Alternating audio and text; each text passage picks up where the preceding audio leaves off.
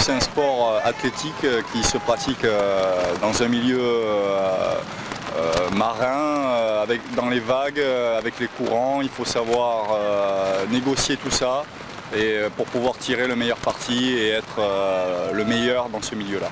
Méconnu en France mais adulé dans l'hémisphère sud, le sauvetage côtier est un véritable sport. Grâce au championnat de France sur la plage de la Milady, le public a pu découvrir des épreuves et des athlètes de haut niveau.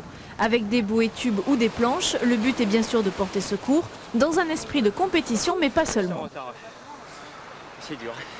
Il y a encore de l'esprit sauvetage. De toute façon, on est tous formés, habilités à aller chercher une victime. Même encore quand on va s'entraîner, des fois ça m'arrive d'aller chercher des surfeurs en difficulté ou qui ont cassé leur leash et qui rentrent à la nage. Je les ramène en paddleboard. Un entraînement intensif 2 fois par jour pour des athlètes qui forment ainsi une équipe de France plusieurs fois titrée. Et même si le sauvetage côtier est arrivé sur nos plages il y a seulement 10 ans, les compétiteurs actuels lui prévoient autant de succès que le surf. On a envie de développer l'envie de pratiquer le sauvetage côtier. On entraîne les jeunes de notre club, donc j'espère que ça les tirera vers le haut, effectivement, le fait que leur entraîneur soit en équipe de France, tout à fait. Exemple à suivre lors du prochain grand rendez-vous de sauvetage côtier, les championnats d'Europe en septembre. Une course, planche, kayak et nage. L'équipe de France s'entraîne en ce moment à Oscore. À la fin de la semaine, ces sportifs de haut niveau vont participer aux Jeux de l'amitié en Australie. Patrick Panier, Michel Bouzelot. On fait kayak, nage, planche. C'est ça ? Ok. Dernière phase de l'entraînement de ces sauveteurs côtiers tricolores. Après une semaine intensive, durant 45 minutes non-stop, ils devront enchaîner, et ils appellent cela de la récupération, de multiples allers-retours de 1000 mètres au large sur un kayak, puis à la nage, et enfin du sauvetage avec une planche. Le tout entrecoupé de petites courses sur le sable.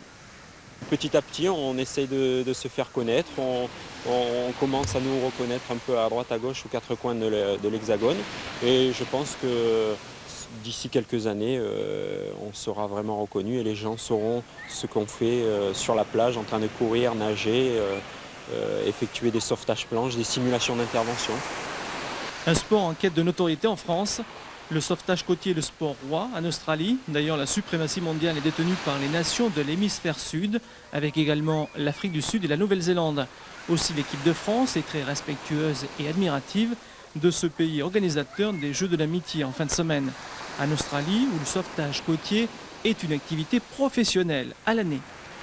Au niveau technique, je crois qu'ils sont vraiment très forts.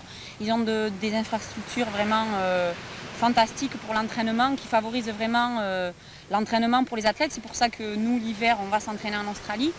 Et puis, ils ont la température de l'eau quand même toute l'année qui reste assez élevée, donc ils peuvent s'entraîner toute l'année par rapport à chez nous, où on peut s'entraîner que l'été ici.